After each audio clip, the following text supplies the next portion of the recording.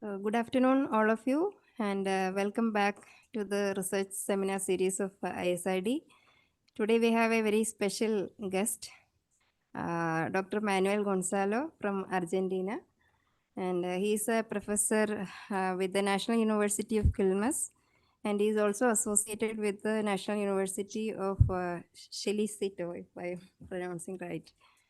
So he has been doing research as well as teaching for a very long years, and his areas of research is basically on innovation systems, industrial policy, and he was focusing mainly on India and BRICS countries, and also on the global South, if I'm capturing right.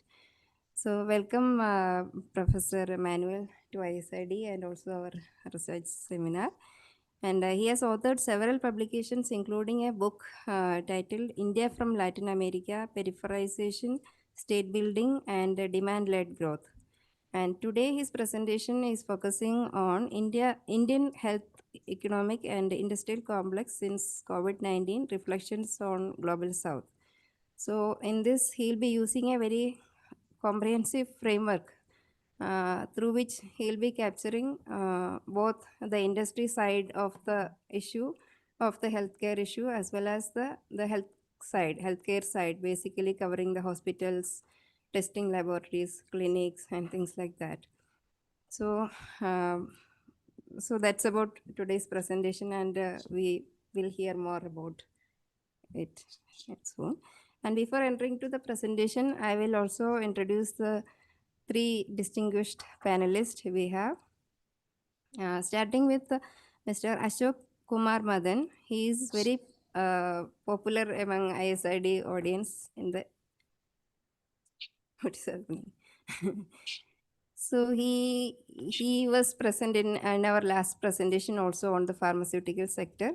He is the executive director of IDMA, that is the Indian Drug Manufacturers Association. So IDMA is one of the top pharmaceutical companies association.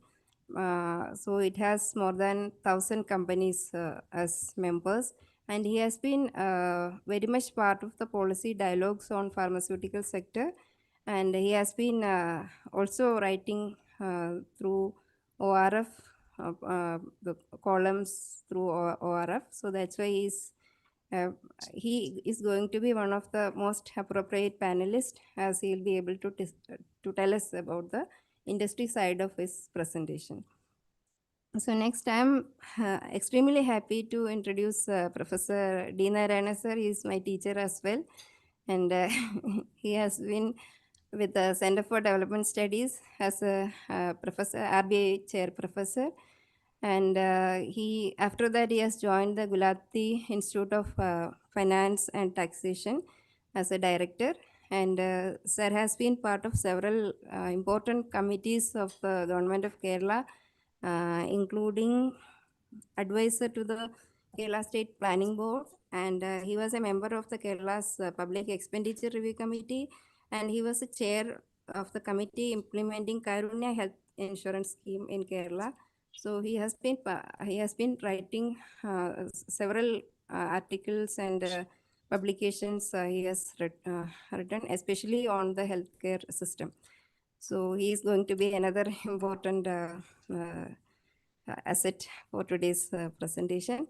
And the third panelist we have is Professor Matthew George, and he is a professor with the Department of Public Health and Community Medicine, Central University of Kerala. And prior to that, he has been with the he has been working as a faculty with the Center for Public Health School of Health System Studies in Tata Institute of Social Sciences, Mumbai, and which is more than he's also like very is having very long years of experience on the health issues in India. So he has also authored several publications. So I think with these experts, very experts both from the industry background as well as from the healthcare system, I think today's presentation will be very useful. So now we'll go back, we'll get into the presentation. Over to you, Dr. Well, thank you, Bena. Thank you to the ISID for hosting me. It's really nice and important for me to be in India. This is my first time in India, my first trip, and the first one that I stay mainly in Delhi. So it's nice to be here.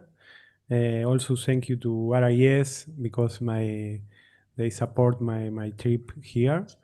It's also nice to have such a distinguished audience and discussants. Also nice to see people from Kerala. My first visit to India, I stayed 2 months at CDS doing research for my PhD.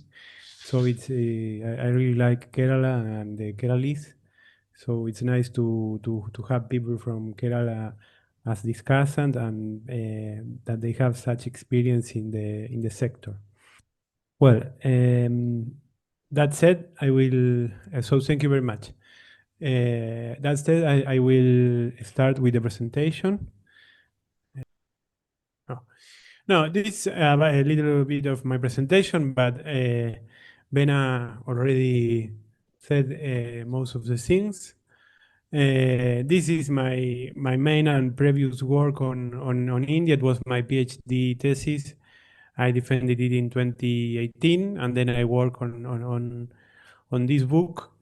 Uh, that was it was launched by Routledge in 2022 and 2023, the South Asian edition, but you can find it in Flipkart.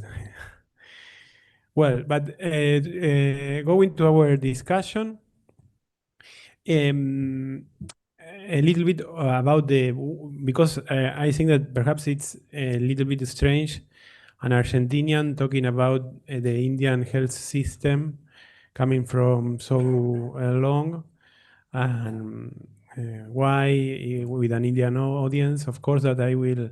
In fact, this presentation will be such a kind of field work for me, and to have your insights, I will try to learn with this. But what about the project? It's mainly a research project. Um, it's a research project that it's mainly financed by the Fundación Osvaldo Cruz, Fiocruz from Brazil. Fiocruz is the main public lab from Brazil. And it was a project that was looking to learn about different experience of public policies around health in different countries. So the project covered different countries such as the US, UK, China, India, Mercosur. And the main framework that we were working with is this framework of the health, economic, and industrial complex. It's a framework that was mainly built by the Brazilian researchers based on a systemic view on the health, economic, and industrial complex. And well, I have the privilege of conducting the Indian case. Yeah, it's okay. Mainly doing a revision of official documents and web pages, also some industry and academic reports and data and other secondary references and sources. We could not make interviews in the sense that we did not make field work. Yeah. So why to study the Indian health economic system from Brazil? Well, of course, that well, I am Argentinian, but I made my PhD in Brazil, so I have many friends in Brazil and linkages with institutions such as Fiocruz. So this is why the main discussion is India Brazil. Of course, India Brazil are two subcontinent countries, yeah, and they are linked because of the Portuguese past or Portuguese colonial experience. They have an industrial and pharmaceutical and institutional base, and they have huge domestic markets. At the same time, both countries show a strong structural heterogeneity in terms of productive system, regional, and social. And of course, there are many spaces for interaction, such as BRICS Plus, IPSA, G20, and this platform of the Global South. At the same time, there are many common challenges, such as the access to health and the coverage of the system. It's a challenge in both countries. Also, there is a dependence on imports, mainly IFA, bulk drugs and medical equipment in both countries. Brazil has a higher total spending on R&D as percentage of the GDP, but India has a larger GDP. So in the case of Brazil, Brazil is spending 9.5 of its GDP in total health expenditure, and India is spending around 3.3, 3.5. It depends on the source. In terms of R&D, in the whole R&D, Brazil is spending around 1.2. India is spending around 0.7. And of course, that the Brazilian GDP is 1.9 trillion, and the Indian GDP is 3.4. So the project looks to extract learnings from the COVID challenge and the policies implemented. It departs from a structural systemic view of the HEIC. And this is the framework, the general framework. It's the health, economic, and industrial complex. This framework have mainly two arms: the chemical and biological subsystem, mainly with vaccines, active pharmaceutical inputs, medicines, hemoderivatives, and reagents for diagnosis. And the other arm is the mechanical, electrical, and material subsystem, where you have mechanical equipment, electronic equipment, prostheses, diagnostic devices. At the same time, there is an information and connectivity subsystem that connect the industry with different services subsystems, such as the primary health care, the hospital, diagnosis services, retail and distribution, and outpatient clinics. Of course, that you have the state promoting and regulating the sector. This is like a broad summary of the health, economic, and industrial complex of the Indian health, economic, and industrial complex, mainly during the rush period, the westernization of the Indian medicine, the creation of some laboratories, and this relation of center-periphery with the colonial power. Then the period of the import substitution, mainly led by the state, since the Nehruvian period until the 80s, with the creation of several institutions, focus on the development of the pharma sector, also a strong emphasis on vaccination, and since the 90s, with the new economic policy and when India entered the TRIPS, you experience a gradual economic and finance opening. There was a much more emphasis on public-private partnerships and the emergence and promotion of biotech. Well, then it's more detailed, but I will not stay in this slide because I have many more slides. If we look at the Indian health, economic, and industrial complex today, well, India is spending around 3.3 of GDP in health. There are many institutions related to the sector, many different ministries, and prominent universities and research institutes, and different state-owned enterprises or public sector units, and different national and multinational pharmaceutical and biotech groups. There are also some significant number of health startups and also it is important the regional and state level initiatives.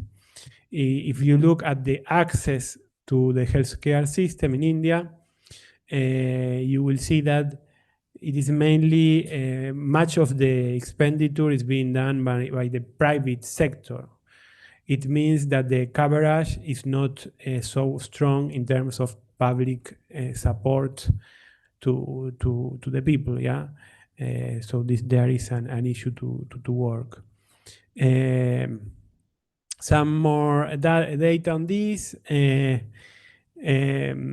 Well, there is some data in terms of density of physicians or medics per 1,000 inhabitants. Also, the density of hospitals and beds per inhabitants. Well, the different major Indian business groups, such as Lupin, Reddy, and Sun Pharmaceutical. Um, Also, in terms of R&D, in terms of health expenditure, as percentage of GDP, it is the lowest percentage among the BRICS countries. In terms of vaccine production, for example, the Serum Institute have produced 20% of the global vaccine volume during excluding the COVID. It was in 2021. You have a strong profile of pharmaceutical exports, mainly antibiotics, penicillin, and medicine of class 3004. Also, strong medical tourism, yeah, related to Ayurveda and different treatments. Some startups that are being financed in terms of venture capital and patents in the pharma sector, despite more than two-thirds of these patents are mainly granted abroad. It means that they are mainly done by multinational firms abroad and taken to India. Now, advancing to the discussion, more focus. The policy context goes from the Make in India, yeah, that was introduced in 2014, and then you have this like re-edition in 2018. That the objective was to transform India into a global hub for design and industrial production, to increase the share of the industrial production to 25% of the GDP. And after this, by 2020, then it was postponed, and to generate 100 million jobs in manufacturing, and to accelerate growth of the manufacturing to 12-14% year per year. It was like an umbrella policy framework, yeah, that it include existing and new policies. It mainly encourage FDI by removing entry restrictions in most sectors. There were different actions to strengthen intellectual property and eliminate bureaucracy. The ease of doing business was introduced as an indicator to evaluate this policy. Also, there are many public procurement initiatives. Also, you have the industrial corridors, mainly in infrastructure and connectivity. And the discussion on the Make in India, of course, that it is still open, but some works highlight that it advanced in reducing some bureaucracy and in some digitalization with attracting some FDI. However, the main objectives were not achieved by the Make in India. And the scope was too broad in terms that it reached 28 sectors. So it's like a huge, and perhaps there could be a discussion about the focus of the program.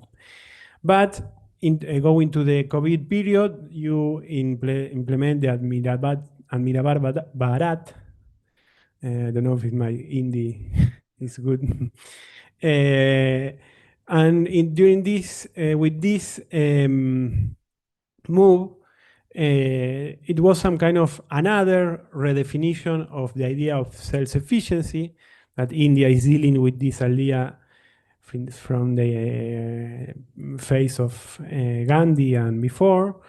Um, Moody has highlighted that, well, there was an extreme dependence on import from China, also a fragmentation of the value chains, and the lack of some basic inputs. We have to move forward with the mantra of Make in India, but also with Make for the War. The slogans for vocal for local, that was an anti-colonial movement, are promoted, and local for global incorporated as encouraging domestic production with global orientation. The main innovation of this program was the PLI, yeah, that it was mainly focused on some sectors, import substitution, and the consolidation of domestic value chains. In 2020, nearly 500 billion US dollars were put there to stimulate vaccine production. The definition of small and medium enterprises was expanded, and it was coordinated with foreign policy and the Indian diaspora. So the Amit Bharat Bharat turns to be such as a mantra in the Indian discussion.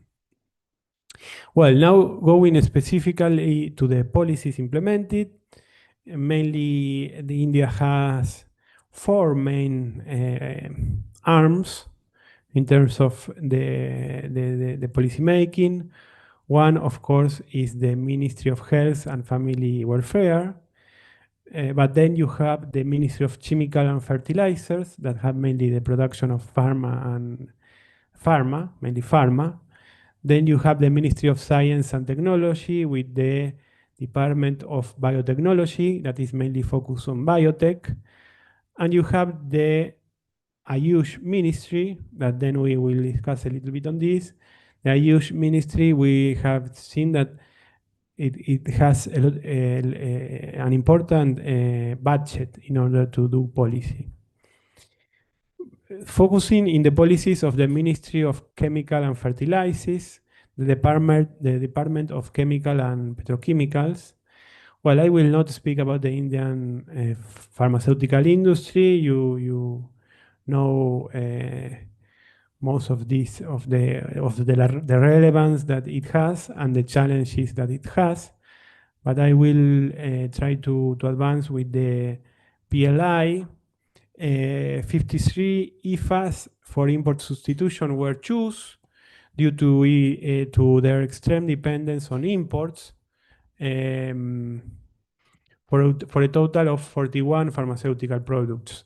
The PLI scheme was oriented for key starting materials and drugs intermediaries and active pharmaceutical ingredients, APIs.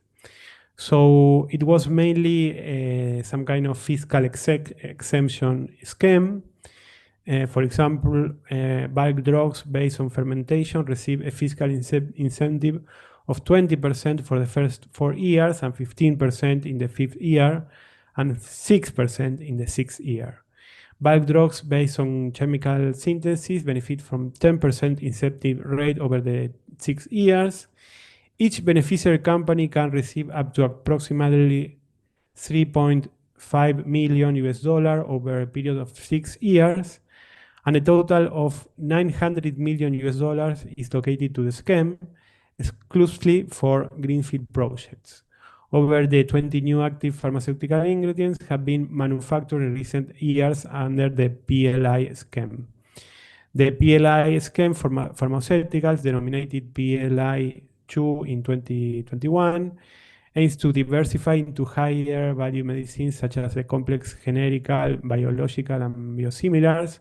And the total amount allocated for this scheme was 1.5 billion US dollar in 6 years. These are the IFA, the APIs that were introduced in terms to to import to try to advance with import substitution. Yeah, like more than, yeah, around 40. Um, uh, is by now it's okay? Do you have any questions? Shall I? Is it clear? Well, now I have to show all the titles that were. Well, but not now. Um, then you have this scheme for strengthening of pharmaceutical industry. Um, no, uh, that a total amount of 60 US billion dollar was mainly oriented to reinforce or to strengthen the infrastructure of common facilities. It also tried to enhance the production facilities of SMEs and multinational enterprises in order to meet and medium-sized enterprises to meet regulatory standards, and also to promote the awareness of this program into the pharmaceutical sector. This scheme have three sub-regimes. Yeah, it is the assistance to the pharmaceutical industry for common facilities, the pharmaceutical technology upgrading assistance scheme, and the pharmaceutical and medical device promotion and development scheme. They found mainly studies, events, and database. The third one, the other one financed small and medium enterprises to achieve good manufacturing practices, and the first one mainly finance common facilities. There are other promotion schemes, such as the scheme for promotion research and innovation in pharma and medtech sector.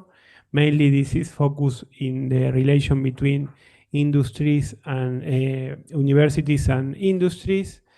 And then it's the Mantri Bharitya, well, Jan Aush Deshikendra scheme, that is mainly like to sell cheap drugs for the people. Yeah. At the same time, or in parallel, you have a scheme of public procurement that tries to to to incentivize local production. Yeah, so you have a scheme of three types of suppliers, and you try to stimulate the suppliers that have a much more relevant domestic content. At the same time, there are some interesting and important state-owned enterprises in the pharma sector, mainly the Karnataka Antibiotic and Pharmaceutical Limited, that was mainly established between the government of India and the government of Karnataka.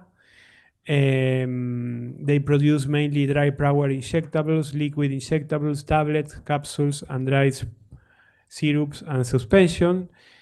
You also have Hindustan Antibiotic Limited, HAL, that was established in 1954 for the manufacturing of pharmaceutical and agriculture formulations. HAL pharmaceutical products include injectables, dry powder, tablets, and capsules. And Bengal Chemical and Pharmaceutical Limited, it was nationalized in 1980. It was the first Indian company for the production quality of drug pharmaceuticals chemicals at home that was indigenous technology with the objective to create awareness minds of the Indian and become self-sufficiency. And then you have two more. All these enterprises are related to the chemical and pharmaceutical department. That is the Rajasthan Drug and Pharmaceutical Limited and the Indian Drug and Pharmaceutical Limited, that they are mainly in the process to the last one to liquidation, and the fourth one to transfer to the Rajasthan state. And now I will advance a little bit of in the policies oriented to medical equipment. medical equipment is important because the medical equipment market size in India was estimated to reach 11 billion US dollar, but in the coming years, it's expected to be one of the top 20 medical equipment markets. So there will be a huge demand for medical equipment in India because of growing and aging population, an increase in per capita income, demand to meet hospital infrastructure needs, the expansion of the healthcare coverage. However, there is a high external dependency in terms of imports. The imports here are really relevant. The policies adopted oriented to medical equipment is the scheme for promotion of medical device parks. It's mainly like to promote infrastructure for the establishment of enterprises such as industrial parks, the assistance to medical devices and cluster for common facilities, the scheme for human resource development in medical device sector, and other initiatives such as the Council for Promotion of Export of Medical Equipment, code for aligning medical equipment marketing practices, a national medical devices policy. Also, you have some kind of public procurement instrument oriented to this to the medical equipment sector, similar to the previous one. However, in this case, you have less domestic content. Also, in 2023, a national medical device policy was launched with different areas such as regulatory, infrastructure, attracting investment, human resources, brand positioning, and R&D. Now I will advance to the policies that are implemented by the Ministry of Science and Technology, and particularly by the Department of Biotechnology. While I will not speak about biotechnology in India, yes, that it's an important emergent sector. Main actions of the Department of Biotechnology are related to human capital in the sense that you have a human resource development program that mainly introduce grants and support, research and development in the biological and bioenergy, and related to COVID, you have different initiatives. In particular, the role of BIRAC, yeah, it's very that it's state-owned enterprise that function as an agency is really important. At the same time, you have different international cooperation programs and social programs. You have also state-owned enterprises at the biotech industry, mainly BIRAC, that function as a promotion agency, is state-owned, the public sector unit. Also, Bharat Biotechnological and Biological Corporation Limited that work on the polio vaccine and the cholera vaccine. And Indian Vaccine Corporation Limited that was developed of certain vaccines and it is related to the Reliance Group. Now it is not operating. You launched a national biotechnology development strategy between for 2020 to 2025. And now I will advance with the Ayush Ministry policies. Ayush Ministry include Ayurveda, Yoga, Naturapia, Unani, Siddha, and homeopathy.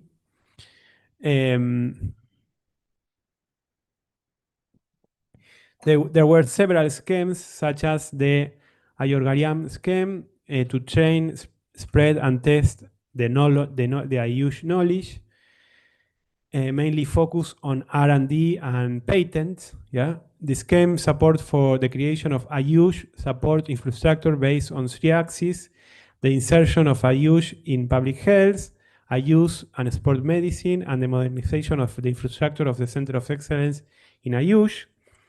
Then you have the champion service sector scheme for medical value travel, that it is mainly a scheme for promotion of investment in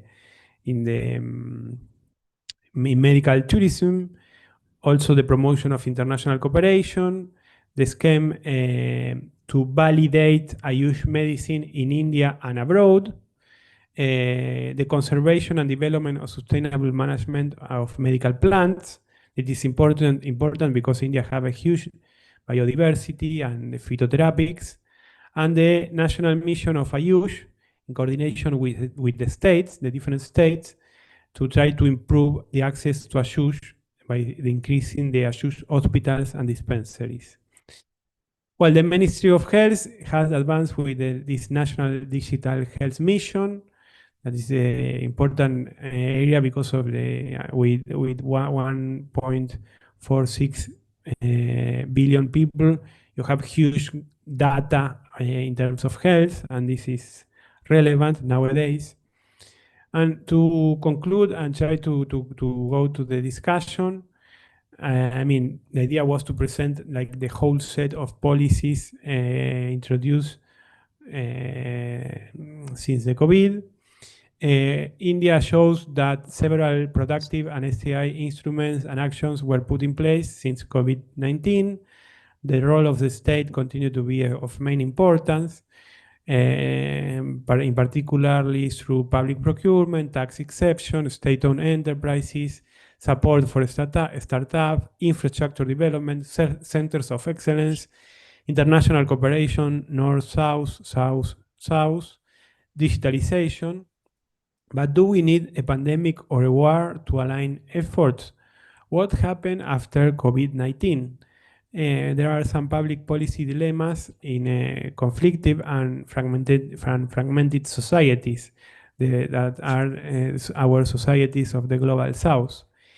India has combined explicit, such as public procurement and implicit policies at different levels. A structural, broad, and systemic focusing device is useful and necessary in order to analyze this type of policies. However, reality is not necessarily systemic. In which sense? That perhaps we could discuss what about the coordination between the different departments and ministries.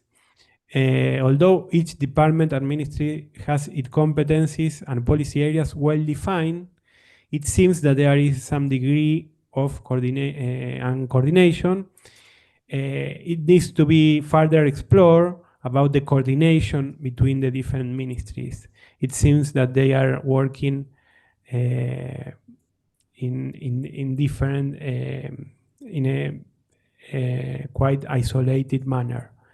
And are these policies sufficient to reduce the Indian structural heterogeneity, mainly in import dependence, low rate of access to the public health system, and regional disparities?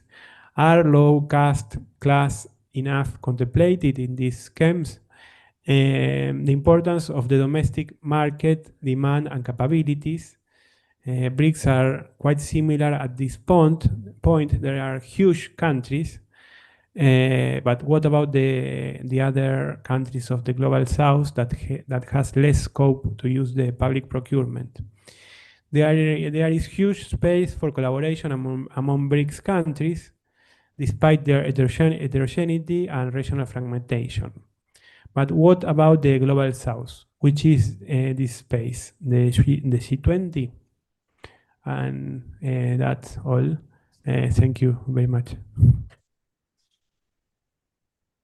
Thank you very much, Dr. Manuel, for such a very detailed presentation. Now we'll first move on to the first panelist, Mr. Ashok Madan, sir. Yeah, thank you for this kind opportunity, Chair. Respected distinguished panelists and the delegates, I hope I'm audible. Yes, sir, you're audible. Yeah. You see, we bring greetings from our Indian Drug Manufacturers Association. I just give a two-liner about our association. Indian Drug Manufacturers Association was formed in the year 1961. In the Indian landscape, we are the largest and the oldest association. Our membership comprises small, medium, and the large enterprises, and it is across the India. At the outset, I would like to compliment Professor Manuel, for the excellent presentation. I had gone through the presentation earlier also, and it looks as if nothing is left to discuss. He has covered almost every subject so well that very small window is left for us to carry on with the further discussions. So I will confine my today's points pertaining to the pharmaceuticals only, which is the main pillar for our health space.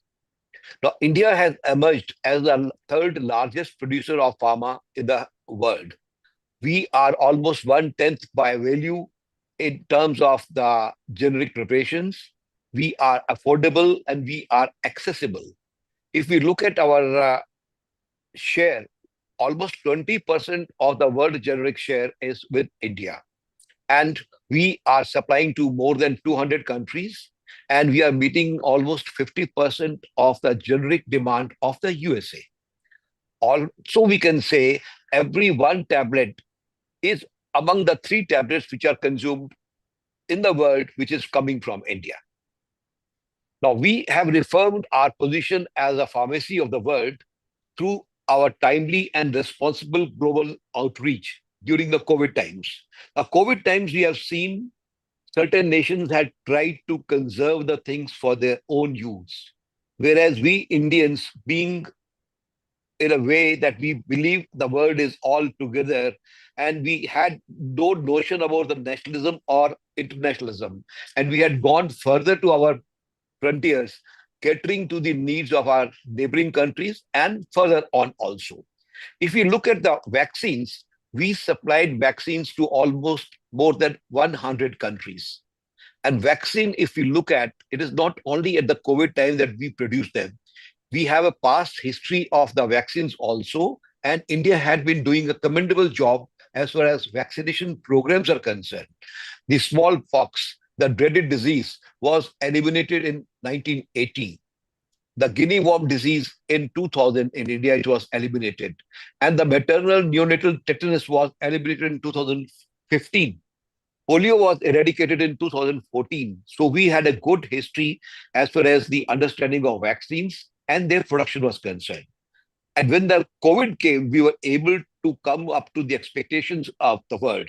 We not only catered to our own population of 1.4 billion, but we also covered the other nations who were in need. And we remember at that point of time, almost advanced 10 nations had captured almost 70% of the production of the vaccine needed for the COVID treatment. Now, when we look at the vaccine, our Prime Minister had said at that time in the UN General Assembly that India's vaccine production capacity would be used for the benefit of humanity. We did not say for the India or for anybody else. We were ready to serve the humanity. So the vaccine Maitri program was initiated, meaning the vaccine friendship program by the Honorable Prime Minister. And we extended this to our neighborhood, to our countries in Africa, Gulf, and the CARICOM nations, and wherever it was needed. And if we look at how the vaccine production was given an impetus, the Indian Council of Medical Research and the Department of Biotechnology, they were in the forefront for the development of vaccines. And the BIRAC had played a pivotal role, as had mentioned by Professor Mendur also in his presentation, in nurturing these startups, which are numbering more than 5,000 as on date. And our Foreign Minister, Mr. Jaishankar, had made a statement that we supplied vaccines to a large number of countries as a grant, not because we were a rich country, but because we are a responsible country. So that statement itself shows how we look at our own earth and one health and one globe perspective. India and South Africa had also moved a resolution in WTO in October 2020, wherein we had asked a temporary waiver of the IP as far as the vaccines were concerned. But unfortunately, this is yet to materialize, as it was opposed by certain advanced countries who had themselves captured almost 70% of the total vaccine production. So this is something, we need to work together when it comes to Global South also. Then India world also earned the reputation of being the first responder. Wherever the need arises, India comes in the front to help those nations We had given our help to Yemen, Nepal, Fiji, and many other nations. And in our Prime Minister's vision of humanitarian assistance and disaster response has been a cornerstone for our international engagements.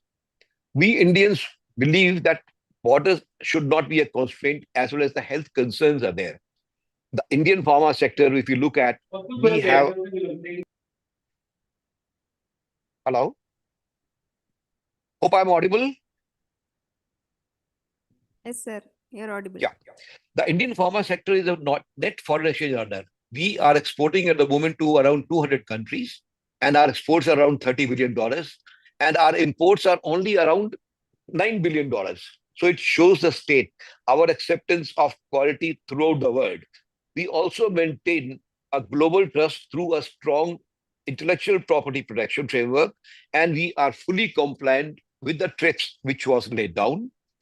And we also have a complete strict compliance with the global regulatory reforms. India has more than 800 units which are approved by US FDA. And this is the largest number approved by US FDA anywhere in the world. We also have around 2,000 units on the plants which have been approved by the WHO as complying with the GMP requirements.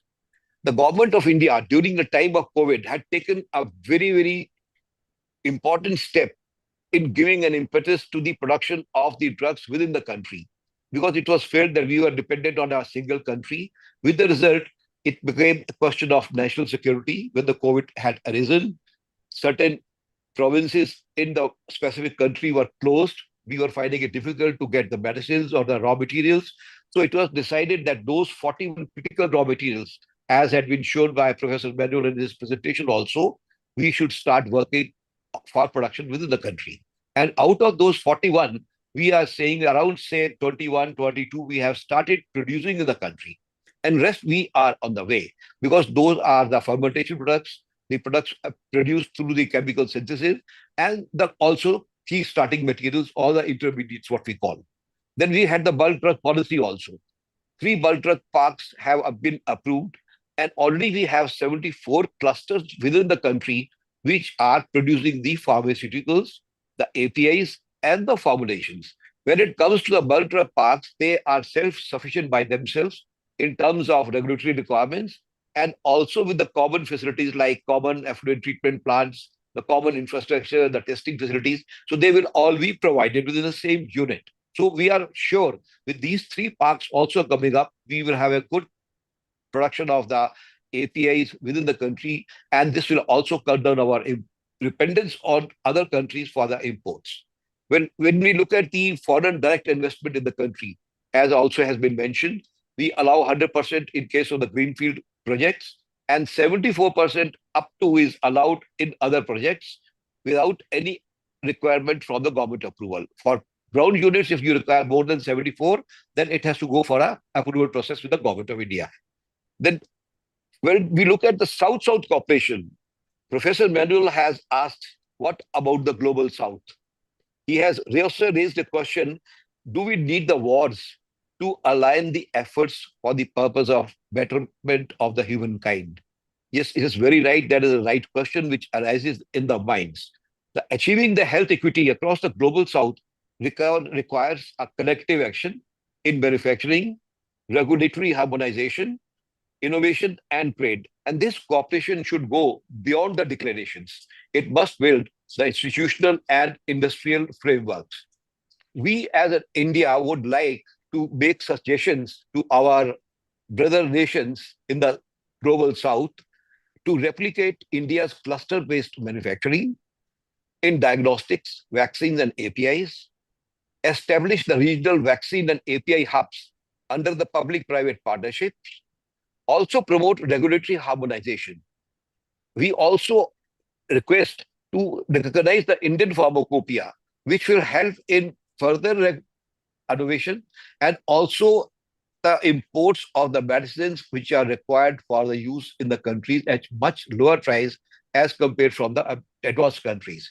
And also create a South-South Health Innovation Fund to support the joint research and production.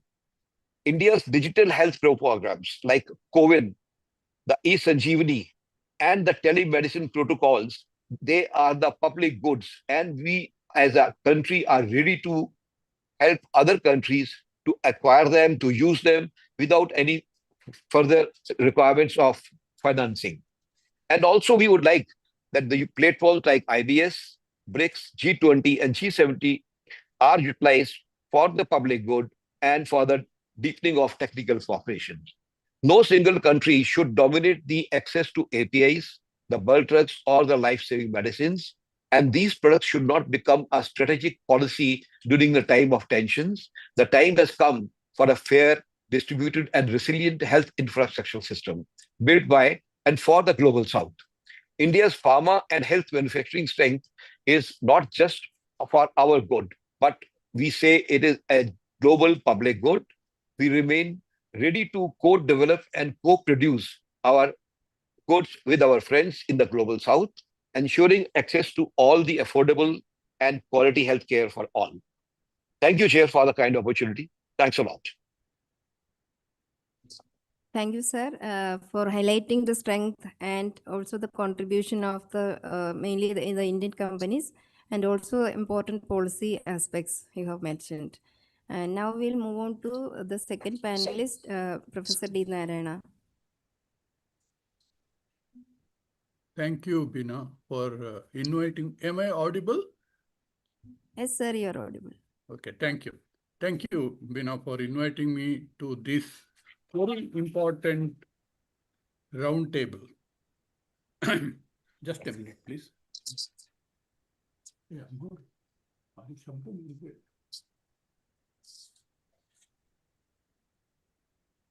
Sorry for that. Yeah. I appreciate Professor Manuel's very interesting presentation. You know, what I would call holistic sort of a presentation. Also, I'm happy to know that Professor Manuel was visiting Center for Development Studies and spent, quite a large chunk of the time in India at Center for Development Studies, where I was a faculty there for the best part of my research life for over 32 years. So good to see somebody associated with CDS. In fact, I'm also happy to see, Dr. Bina is a student of CDS. And in fact, many students in all the important institutes of India are, my students, and it's a great thing to see. With these introductory words, let me pitch my presentation. Can you please load my PPT? But I am not able to see it. So, okay, thank you. Thank you. Yeah. Yeah.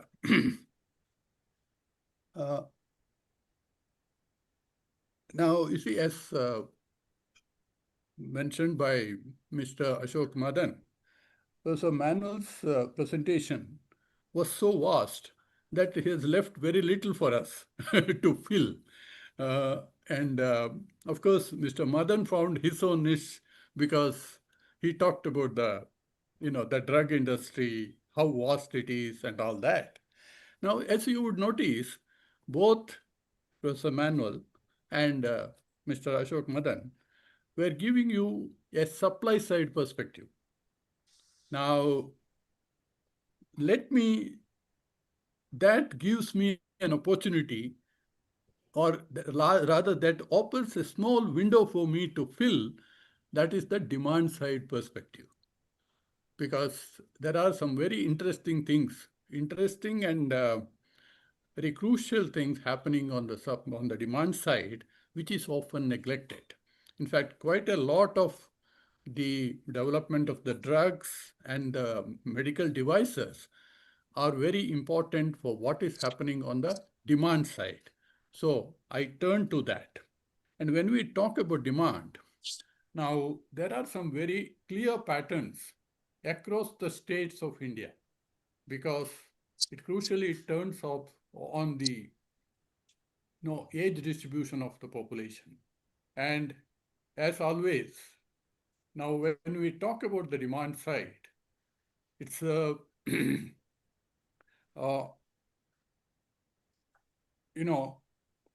population demography is very important.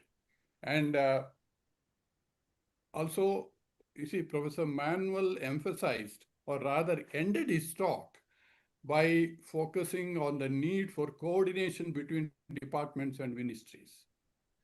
Now, let me focus on the need for coordination from the demand side, which has implications for institutions and technology. And let me also focus on the heterogeneity of the, within India. The states are at different levels of health transition and also, development. And as usual, when we talk about anything about demography, health, Kerala comes on top. In the sense, what you see in Kerala today, you will see elsewhere tomorrow. So with that, let me, next slide, please. Yeah. Now, Kerala, when we talk about Kerala, we often hear, it's a small state down there, the southwestern corner of the country. It's a, what we hear when it comes to health, medicine, and things of that sort, for long, it has been branded as a case of good health at low cost. Now, and there's a lot written on that, but I'm not going to talk about that. But recent years have seen Kerala spending the highest amounts among the Indian states on healthcare, and it is often branded as poor efficiency of the healthcare system. But I argue that the reason for this high spending in Kerala is the aging population and medical care at the time of death. Now, next, please. Now, you see, if you look at the latest national health accounts, you would see that there are a number of states which spend about 10% of the general government expenditure on health. Now, Kerala, along with Bengal, Tamil Nadu, Odisha, Maharashtra, see, they all spend about 8%, 10% of the general, that's a budget. Now, as far as Kerala is concerned, this translates into per capita government health spending of about rupees 4,300, which is the highest. In fact, the other states, you would see that some of the major states or high spenders, the per capita expenditure is about 60-70% of what Kerala spends. Of course, there are some northeastern states and some very small states, because of very specific conditions, they spend much higher than what Kerala is, but we don't have to bother. I'm not going to bother about that, because the reasons are very different. I'm going to focus on the major states. Now, among the major states, per capita government health expenditure is the highest in Kerala. Next, please. Now, there is this general belief. We have heard that, n number of times and for the last many years. When the government spending is high, the out-of-pocket or household spending is low. But current Kerala experience disproves that. In fact, Kerala per capita government expenditure is one of the highest. If you take household expenditure, again per capita, it's the highest. In fact, it's almost twice the amount spent by Bengal or thrice that spent by Tamil Nadu and like that. There are details, but the important point is that the conventional view that higher government spending, lower private spending, that doesn't seem to be the case any longer. In fact, Kerala seems to show that higher government spending, you also find higher private spending. Now, so the two together, that's government and private, per capita expenditure in Kerala on health is something like rupees 13,000. That is twice or thrice the amount spent by many of the other states. In fact, this is a very, very important issue, and I haven't seen much writing on this. That is what led me to look at this carefully. And my argument is that, next please. Yeah. What is the Kerala problem? Why is it that both government and private expenditure in per capita terms is so high in Kerala? Obviously, there are very distinct factors leading to this. Now, before turning to them, let us have a general understanding of the cost of care at the point of death elsewhere in the world. That's what's called end-of-life care, the expenses of that. Now, we may do well to remember that people who die in the hospital undergo more intensive tests and procedures than those who die elsewhere. Now, this is one of the first things that we need to remember. This intensity of services, this is the supply side, the details Professor Manuel and, Mr. Ashok Madam were talking about. When the intensity of these services goes up, now that has implications for cost, but does it address suffering to a great extent? In fact, understanding these days is that the intensity of services in the hospital does not bring down the suffering or the quality of death or the quality of life, at the time of, around the time of death. That quality is also not, doesn't improve the quality, this intensity of services. Next, please. Now, turning to the US, now I quote, "The culture of American medicine today and for the last several decades is to keep treating patients regardless of the quality of life. A lot of physicians have been reluctant to admit that the patient's life is coming to an end." It's a very difficult decision or very difficult thing to feel, that we are, the days are numbered. So why do we have to undergo all this, pain and often I would also call cruelty sort of a thing. Why can't we have peaceful death? Now that is something physicians will not easily accept. And then of course, technological development also helps the physician, not so much, of course, it does help the patients also to some extent, but does it improve the quality of life at the end is debatable.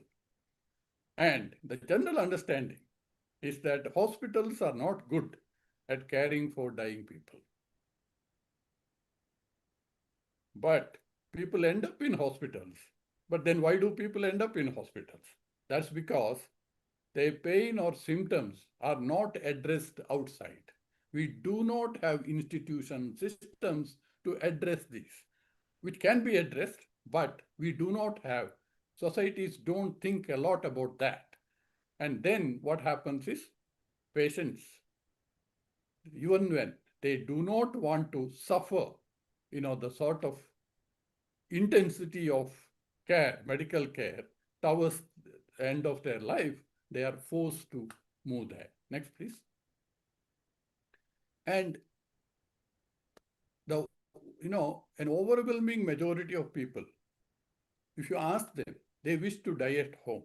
In fact, there are a number of studies showing that, Germany about 90%, US 75%, Canada 70%, they all wish to die at home. And that's, these numbers, I've given other numbers for other countries. In India, we do not have many studies on that. I could find only one study, which was carried out 10 years ago. Pune, they carried out a survey, Kulkarni and others. And there also, what we found is that respondents, 83%, their preferred place of death is home. But you may prefer something, but Whether the patients achieved their desire is another question. In fact, very few achieved their desire. In fact, they would achieve that result if around the clock nursing care can be made available at home. So, but since we don't have that, they all end up in hospitals, which is not what they desire. Next, please. Now, that's as far as the desire and what you end up and all, largely because of the institutional system that we have. Now, this has a cost, what I call cost of dying. Now, spending on people who die in hospital, in the American setting, there are 1 or 2 studies which showed 40% dying in hospitals. There, when death at home, the cost is around $5,000.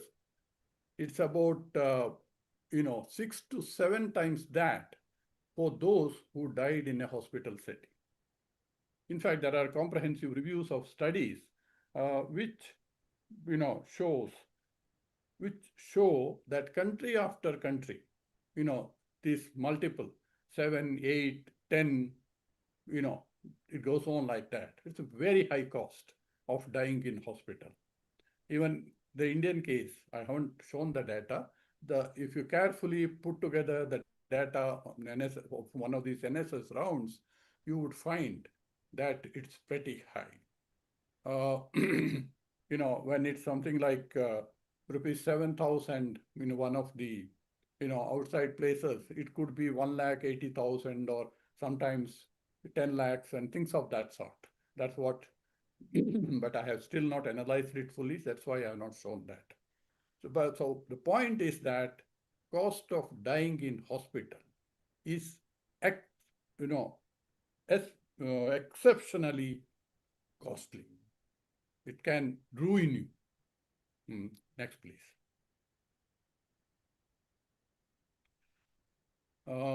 Anyway, so there are studies showing that proximity to death is the strongest predictor of high costs. In fact, I've given some details here. Those of you who are interested can quickly read that. Next, please. Now, the question that arises is care driven more by illness or by physician supply? Or the question is this, pushing more people into the hospital setting? Is it driven more by the need for treatment, or is it the physician supply, what we economics call supply-induced demand? Now, there are some careful studies, interesting studies done elsewhere. In the American context, they found that where the per capita number of physicians and hospitals are higher, in fact, end of life in hospitals is also, the incidence of that is also high. But interestingly, some of these studies, or rather very comprehensive study, what it showed is that what I put in the third bullet.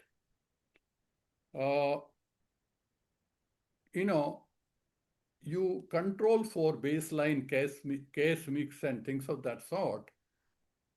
And what you find is that patients from the highest spending regions received approximately 60% more care than those from the lowest spending regions, while both quality scores and outcomes were slightly worse.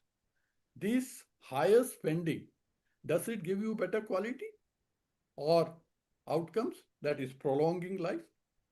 No, the study is found in an astonishing sort of a finding that it doesn't do neither.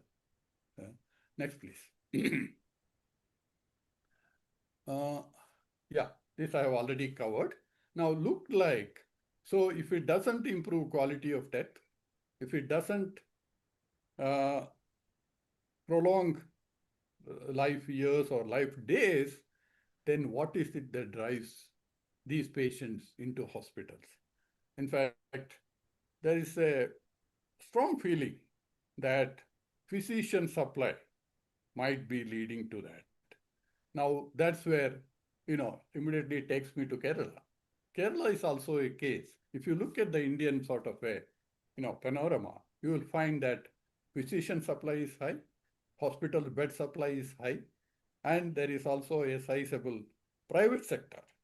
So put the things together and what happens. Next, please. Now, you have a report which I, use that part of it. This is distribution of deaths by medical attention received before death, 2020. This is, one of the national reports. Now, you look at this table very carefully. You'll be shocked to find that Kerala, the rural Kerala, almost 90% of the deaths take place in hospitals. Urban, it is slightly lower, 75%. Now, other states, these numbers are much lower. In fact, qualified professionals handling and not receiving any sort of a professional services, those numbers are larger for the other states. So, end of life, it's in hospitals. And that is the Kerala story. Next, please. Now, together with this, what you find is that Kerala also has aged population. 12.9% of the population is 60 plus. Currently, it may be even higher. It is 11.7 in Tamil Nadu, and the national average is only 8.1%. So Kerala has a larger aged population, and because of that, the percentage of deaths, if you take the total deaths, the percentage of deaths of 60 plus population, that is about 71.5% compared to Tamil Nadu 64.7, and the national average is 57. So the high proportion of deaths in hospitals, higher share of 60 plus in the population, and high proportion of deaths among the 60 plus population together would contribute to a high health expenditure. Now that is the Kerala story. Why is it that the government per capita government spending and per capita private spending is the highest? This is one of the reasons, because we have a high proportion falling into this category. And as we already said, hospital, end of life in hospitals can be very, very costly. Next, please. Now, this is not Kerala's problem alone. Elsewhere in the world, in fact, you have that problem in the US, but more importantly in the European Union, many countries have that problem, and it has become a major problem. And it's a policy issue for many of them. That's because when government expenditure, health expenditure, because of this reason goes up, it raises issues. In fact, it starts at the finance ministry and seeps into all parts of the government, and they say, oh, something needs to be done. So various provision care, institutional and departmental, coordinations, working out on these, to address burdensome symptoms and dwindling prognosis in geriatric patients heading towards the end of life. These have all become very important issues. So you have various combinations of geriatric care and palliative care. And, for example, if you take the UK, I think there are many committees which have, next please. Yeah. In fact, the recent decades in the UK have seen many committees getting into this. And there are a number of studies on this also. I'm referring to just one of these studies, a Nuffield Trust study of 2012. What they found was that social care could bring down the cost, so that it can bring down the number of patients or the number of people entering hospitals. In fact, it is seen that as the level of social care use increases in the final year of life, hospital use comes down. As social care increases, hospital use comes down. Number of IP admissions, number of IP days, number of OP attendance all fall if you have fairly good social care. Now, this means, on the supply side, the implication is that lot of the demand for all this high-end equipment, devices, if you have a good social care, that demand would come down. That's just by the way of, a clarification. Now, the Nuffield study concludes that an understanding of the relative balance of health and social care provisions in the local area. Here, in fact, the study is also important because in particular reference to Kerala, because Kerala, we also hear a lot about decentralization in local governments. Now, the effort in the UK is to involve, or the social care is provided by the local government. So, if the local governments could provide good social care with the, less suffering for the dying, then that is the way to go forward. That is what the Nuffield study says. Next, please. Yeah. Sir. Yeah, I'm Sorry to almost done. interrupt, sir. Pardon Sir, me? sorry to interrupt. Sir, please speed up. Yeah. It's the last Sorry. slide, actually. Okay, Yeah, I'm almost done. Now, in Kerala, there is a need to study this balance in greater detail to achieve better use of public resources and offer higher quality of death. Sitting in Delhi, you must be hearing once a while about the fiscal crisis in Kerala and things of that sort.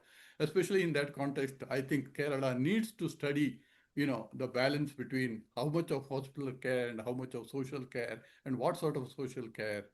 Now, Kerala is also because we have a high burden of chronic diseases, so it may not be, possible to replicate something which is happening elsewhere. And also, I think, food habits and lifestyles, I think a lot more needs to be done. Now, Kerala needs to move in the direction of integrating these concerns. That is the coordination, Professor Manuel was referring to the coordination between departments and ministries. I'm also pointing to coordination, but in a slightly different way. Because if all these have to be achieved, social care, change in food habits, change in lifestyles, so that you bring down the chronic disease burden, I think it has to involve a lot more coordination. Now, if Kerala can do it, something of this, come up with a few models, I think, because the other states will be almost in a similar situation very soon. So it will help the others, I think. And we need to make an effort to address this issue jointly. Thank you. Thank you, sir, for bringing out the demand side perspective and bringing out several important aspects like end of life care expenses and things like that, regional disparity in healthcare spending, quality issues, and so on. And now we'll move on to the third panelist, Professor Matthew George, sir. For the opportunity, and I would like to thank, am I audible? Yes. Yes, sir, you're audible. I would like to thank ISID for this great opportunity to be with the group. I think Professor Narayana and all, I have been reading sir's literature during my MPhil and PhD, I have to say that. And being with sir, it's a great honor. And also, thank you, speakers. Professor Manuel, it was a wonderful canvas that you brought in. As my earlier panelists have already mentioned, you have covered all the broader aspects which almost give little space. But having said that, I think Professor Narayana sir bringing in the beneficiary perspective give me ample opportunity to actually position and keep my task simple, because most of the things which I wanted to bring in as a concern partly has been looked at it from a beneficiary perspective, the issue out there. So with that, while seeing the title of Health Economic and Industrial Complex, it actually reminds me about a classic paper way back in 1918 by Arnold Rellman about the new medical industrial complex, which was published in New England Journal of Medicine. And it's important to read the nature of that new medical industrial complex. It may be more efficient than its non-profit competition, but it creates the problems of overuse and fragmentation of services, overemphasis on technology, and cream skimming. And it may also exercise undue influence on national health policy. I'm just reading it from the third sentence from the abstract, basically. And that is exactly the kind of challenge that we are dealing with. When you have a medical industrial complex, or whether it's health economic industrial complex, we have multiple players out there with diverse interest, where the public at times get missed out in the process. And thanks, Professor Narayana sir has brought into the beneficiary very much into the center, because most of the time when we talk about policies, we might miss that public lens where the supply side is always focused upon. Then we always talk about big things, whether it really reaches the public at large, and to what extent, and whether after reaching it, is it making a difference in their life? These are the questions which also is important. And Professor Manuel, when you looked at the policies of India, I could see from 1990s, it has moved directly to 2020. It would be helpful also to see the contribution of National Health Mission way back in 2005, which was actually a game changer from the then existing policies of liberalization, which started with 90s but reached almost like 2002, 2005. So that departure also has created a different ecosystem in the health system scenario, where if you look at it, public-private partnership, it started with liberalization, but gives a completely different impetus of public finance to private bodies. It's an important contribution. And it comes to pharmaceutical sector. If you look at it, the way every state has started their own medical services corporation to purchase drugs in bulk has been a kind of effect of liberalization, which got more reinforced after the National Rural Health Mission as well. So this has resulted in a different kind of purchase and distribution mechanisms across states within the country as far as pharmaceutical products are concerned, which also created impact in terms of how people consume and the cost involved in it. And finally, the contracting in services, build, operate, transfer models under PPPs, all kind of had a completely different framing after the implementation of National Rural Health Mission and later the health missions across the country. So that is an important, I think, a vantage point as far as Indian health policy is concerned, which in 2005 would have had also had a different impact till 2014, which comes with one kind of trajectory. And again in 2014, it comes with the Ayushman Bharat Health and Wellness Center and Ayushman Bharat PMJAY schemes, which also comes with a completely different kind of package. The package is you have to have an independent institutional infrastructure to implement program. For instance, when we talk about health and or national health mission, it was for the first time a parallel infrastructure was created along with the health departments to implement a mission or a program, which started with National Rural Health Mission when you established the National Health Systems Resource Center and State Health Resource Center. The same pattern of creating newer institutions for the sake of implementing a program, that culture evolved with National Health Mission and continued with National Health Authority currently with the PMJY program, and even with Digital Health Mission. Now we are thinking of a new institution, which means that the fragmentation within the health department is getting increased, even with the policy by the government that if you want to implement something successful, you have to create a short-term institutional infrastructure, which was a completely different thought style than it used to be earlier. So, and the other thing is about when we talk about GDP allocation in health, I think it is important to make the distinction between public versus private health infrastructure, because 3.2% of GDP will be a combined figure, whereas the government component would be only 1.7 or 1.8% as of now. And the other aspect which I feel always is missed out is there is a range of industry entrance within the larger gamut of health, as we call it. And I would like to categorize as public health, primary, secondary, and tertiary care services, where the way industry enters into public health is completely different from the way industry enters into tertiary care or secondary care. And the nature and the modalities are completely different. For instance, in the case of public health, now it's a big thing about cancer screening. And then we all know countries like Korea at one point very specifically mentioned that if you are getting into screening, it is also your responsibility to reduce the mortality due to cancer. Just screening and leaving it at that is not sufficient. As Professor Narayana rightly mentioned, when we talk about the interventions that we do, if it is not really changing the quality of life of people, one has to have a caution on what kind of intervention are we doing. We will have a lot of, and if you look at currently the type of medical equipment imported in the country, a lot of medical equipments are imported for cancer detection with a very low sensitivity.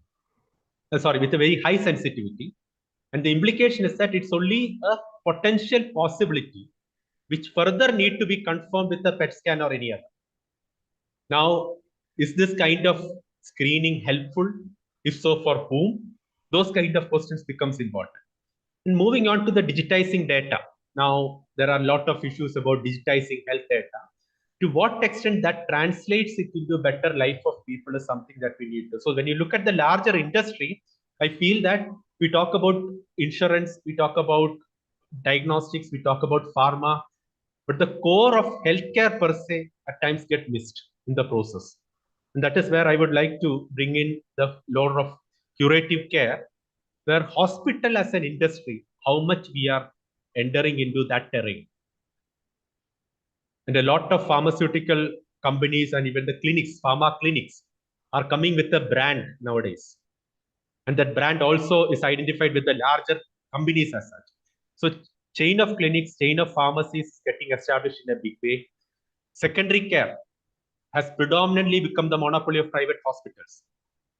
One of the reasons even Professor Narayana was mentioning about when the quality outcomes are not good, the terminology when we use in over medicalization situation is medical procedures with poor outcomes. Elderly care comes under that. There are a lot of procedures which are very much identify themselves as an industry are interested. They are interested about those medical procedures with poor outcomes so that the revenue will be much high. And it is a boost to the hospital industry. And this is nothing new. Across the years, historically, India has been investing in primary care after a point with all the push and pull, but secondary care completely ignored and left it to the private sector. Now with the insurance scheme, all the medical colleges by default happen to be the tertiary care units, which is overcrowded in its own way when it comes to the number. So secondary level care has been something which has been ignored within the Indian context over the years, which resulted in what we call as a monopoly to private sector, even for trauma care, road traffic accidents, predominantly dominated by the private sector. Transplants, again, the entire tertiary care is situated mostly with insurance, especially with the current program coming in. And on the other hand, when we talk about health, economic, and industry, I don't know, maybe my bias as well, I always feel that pharma, IT, and diagnostics are always looked into, but not hospital as an entire industry. And I'm finding it a little kind of surprising where all the other supportive components are actually justified for the purpose of doctoring or what we call as hospital care. So the real decision on whether it is needed, appropriate, adequate depends on for what it is used at the end user. And there are very few studies currently nowadays. I think in 80s and 90s, privatization of healthcare was considered as a big area to work on. In the recent past, like in last 10 years, 15 years, 20 years, if you look at it, you will rarely find any studies looking at hospital industry as a whole. And it's very paradoxical, I would say, that the entire argument of social determinants of health include commercial determinants as one of the social determinants under that. Even WHO and other global agencies consider commercial determinants as part of social determinants, but still, at the ground, and you look at it, the private sector and the industry of hospital is rarely studied. And hospitals per se has become $1 billion industry. More than being a healthcare provider, their shareholdings is acquiring prominence, which most of us very well aware of it. And mergers and acquisition of corporate hospitals during the last decade has been revealing and kind of agreeing on to this what is happening. And purpose of healthcare at times becomes secondary for branding and curating goodwill so that the shares will not fall. So the whole trade-off between actual healthcare delivery and branding is something which is sought after by several firms. And the organ transplant is an important industry to examine in the current context.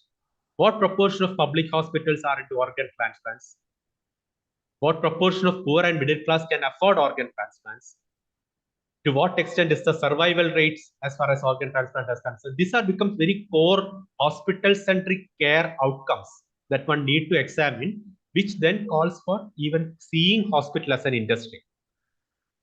And I remember and I know there was a time when pharmaceutical industry has been extensively studied and rational use of drugs has been the final mantra to propose and say that we should work towards rational use of drugs.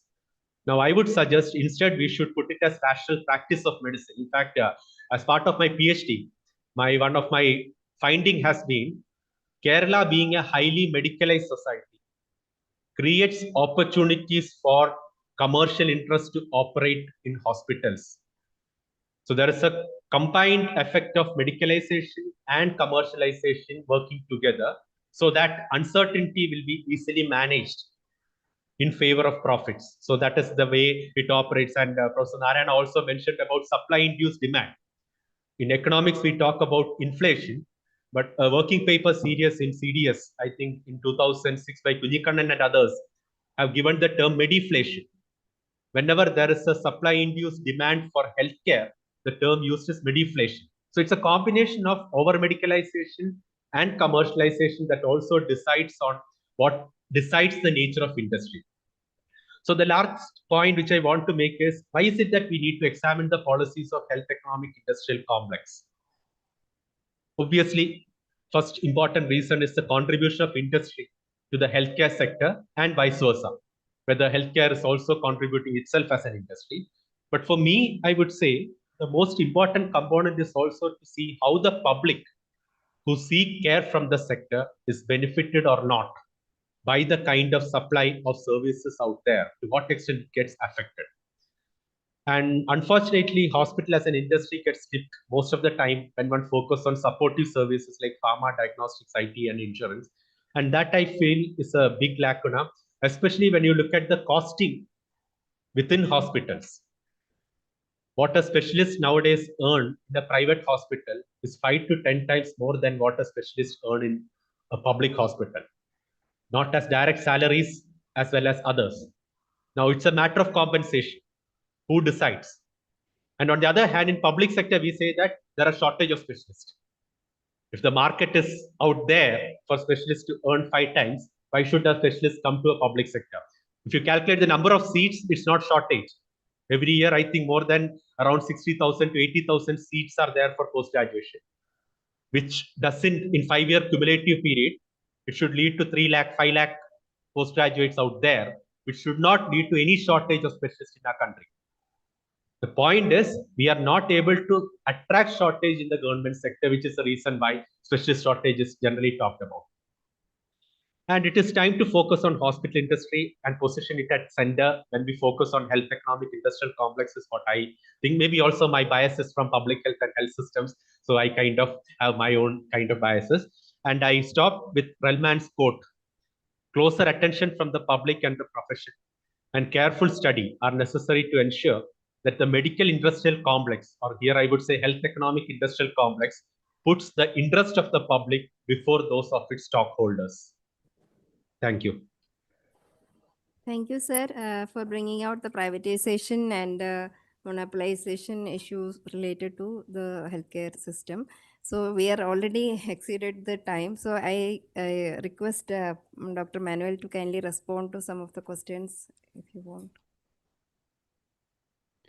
Well, thank you very much. For me, it's really important to have your feedbacks because, as I said, I could not conducted field work for this research. It was mainly research based on secondary documents. No, I mean, the three discussants were really clear and focused, and they stated their own contributions and discussions and research programs. Um, I um, I well, there was not direct questions on the presentation, but I would say some comments on what I feel of them. Mainly, the idea of the cost of death. I understand that this is a main discussion to have in mind, and that the data presented by Professor Narayana was really solid. But in the case of India, I would ask, but India needs more or less hospitals? I think that India needs more hospitals, nor not less. So I understand the discussion, but I think that India needs more hospitals and more physicists and more medics, nor less. So perhaps this would be my discussion with the approach of Professor Narayana. Then, Matthew, thank you very much for your comments. It's totally true that a much more focus should be put on hospitals. I have the same comment in a discussion in Brazil.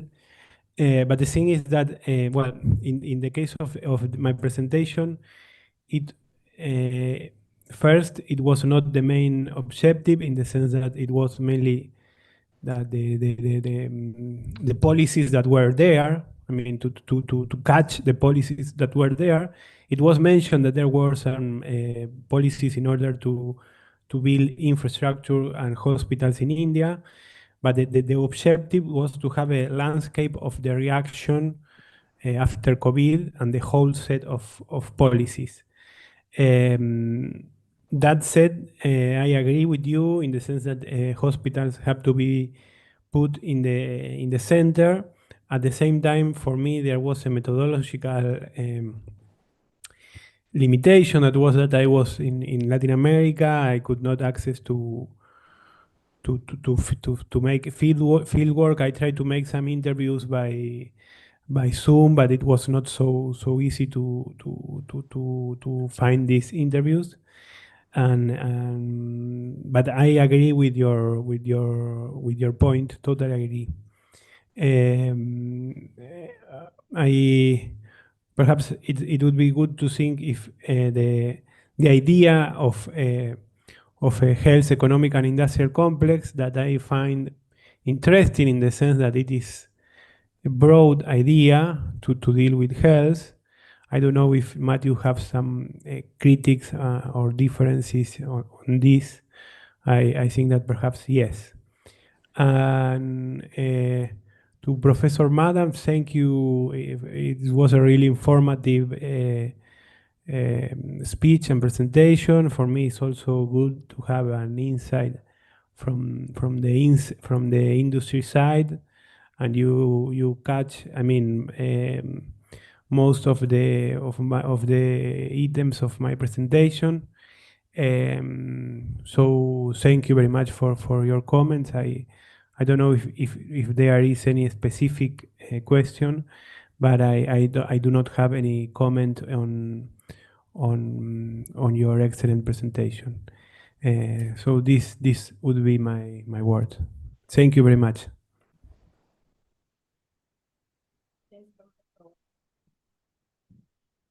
Anybody else? And we have some online participants also. Oh, sorry, my mic was off. So this is time for questions from the floor. So we have also online participants. So we'll take maybe one or two questions because we are already running short of time. Any question? Shailendra? Yes, please. So we are talking about healthcare economic industrial complex, and is there any scope for the primary healthcare system, because we are mostly not covering that thing, and also frugal innovation in the grassroots activities, whether these are happening in the country and whether it is these are reaching out to the primary healthcare centers. Particularly, we are talking about AI in healthcare. So many startup companies are there, whether they are reaching out to the primary healthcare centers and having some experience with them, with the patients at the primary health centers. So that is my question. Thank you. Oh, yes, there is, of course, that there is space. But well, as I said, given the limitations of my research, and that it was mainly focused on trying to understand what India was doing as a reaction for the COVID. Well, I try to catch this. I think that in the case of frugal innovation and these types of discussions, there is an important area that you, of course, should know more than me in the Ayush ministry. I think that the Ayush ministry have to be studied more in the sense that the figures in terms of resources and R&D are quite impressive. So I would like to know what is happening, what is the Ayush ministry doing. I think that perhaps you are doing R&D in order to patent phytotherapics or promoting the Ayush abroad. For example, in Latin America, India has a strong presence with Ayush, Ayurveda medicine. So for me, it would be nice to know more about the Ayush ministry. Professor. Sir, please go ahead, sir. I just want to make one point. I think there is a slight misinterpretation of my presentation by Professor Manuel. Nowhere in my presentation I have argued for less number of hospitals. What I argued for, less number of hospitalizations towards the end of life. These are not one and the same. Also, one needs to take note of, you see, my presentation was entirely based on Kerala. Kerala, there is no shortage of, hospitals or physicians. So please be, careful. Thank you. Thank you. Thank you. One small doubt. Author also mentioned that it showed that the statistics, like number of hospitals per 1,000 people and hospitals per 1,000 people in the Brazil, it is 20 hospitals. Like in the China is 40 hospitals. India is not even 5 or 5. And the physicians also in India, like he mentioned, 5. And whereas in the China it is 40 and 20. Like no. That 0.78 in India and two physicians in China and 2 in Brazil. It is very low. Why it is like that? The author mentioned also we need more, but like it is so complex. Like why R&D is slow, or is any quick thoughts on this?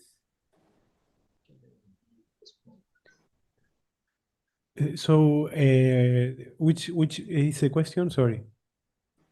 Why these hospitals per 1,000 people is very low as Yeah. compared to China and Brazil, and Yeah. physicians also is very low. Yeah. Why it is very low? You have any thoughts or any panelists? Why? Like it is so complex. Why Indian R&D is low? Or you have any quick thoughts on this? Well, the main issue is that you are 1.46 billion people. So the per capita indicators of India in different areas are like lower than other countries. But I think that it also shows that India needs more infrastructure and more strengthening of its health care system. As Professor Matthew was saying, I don't know if the way that India is doing it is the ideal way in the sense of the commercialization or privatization of the healthcare.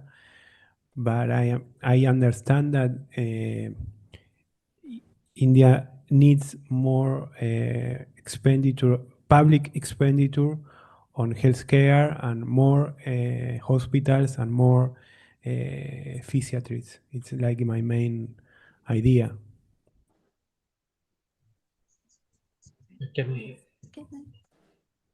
Professor wants to Sir, say. Yeah, can I respond to that? Actually, the extent of inequity in a country like India has to be acknowledged first, because like a place like Mumbai, the number of heart hospitals will be within 3 or 5 kilometers. There will be 2 or 3. Go to rural Orissa and even Bihar, one primary health center is for more than 1 lakh population. Whereas for state like Kerala, around one primary health center is there for 20,000 to 30,000 population. So the extent of inequity is so rampant. Without that, we can't even understand the larger figures and cannot make any sense out of it, is my sense. So because it's just a percentage, I mean, a proportion. And it's so varied. And again, R&D with respect to health is unusually low for India. As far as R&D is concerned, overall it is low because overall we are putting very less with health in general. So health research becomes part of that. So naturally that will be low. But otherwise, inequity is the main explanation to actually see the differences across the country. So that the percentage or out of 1,000 population data may not really say a good picture of what it is. Please. My question is related to Professor Narayana's presentation. And as you have tried to link the end of life with medical care versus with social care, I think, as far as I understand, the symptoms may vary tremendously among patients. Because what happens is that constant medical monitoring may be needed for certain set of patients, which may need high-tech medical equipments, diagnostic services may be needed. And so distinguishing between patients which are most critical and which are could be managed with social care or supportive care is very important. But when you show your data, or that's the data set on state for different states, rural versus urban, I don't think you have I'm not sure if there is a proper difference between patients who need critical care, who cannot do without hospitals, and who can be managed without hospitals. So I think maybe that differentiation should be made when we deal with this situation. Also, overall, I feel, I'm just trying to assess the whole situation. I feel this health and death point of view, these are very unpredictable. It's a very unpredictable zone because, see, I could be, uncertainties don't go even with sufficient diagnosis. I could have a simple ailment and I may be very fine, but there could be underlying serious health condition. And another situation, there could be a very critical patient moving towards death, but could actually, with supportive care, medical, etc., they can survive for longer periods. So it's very, very unpredictable. So this whole concept of point of death, end of life, linking it with expenditure and hospital facilities could be, I think it's a challenging thing. So I would like the panel to comment on that. Thank you. My reaction on that would be, yes, there is a lot of literature, not so much on India, but elsewhere. That is what I have brought here. So you are right. In fact, when I presented it somewhere, a senior medical profession got up and say, "Oh, how dare you make this sort of a presentation?"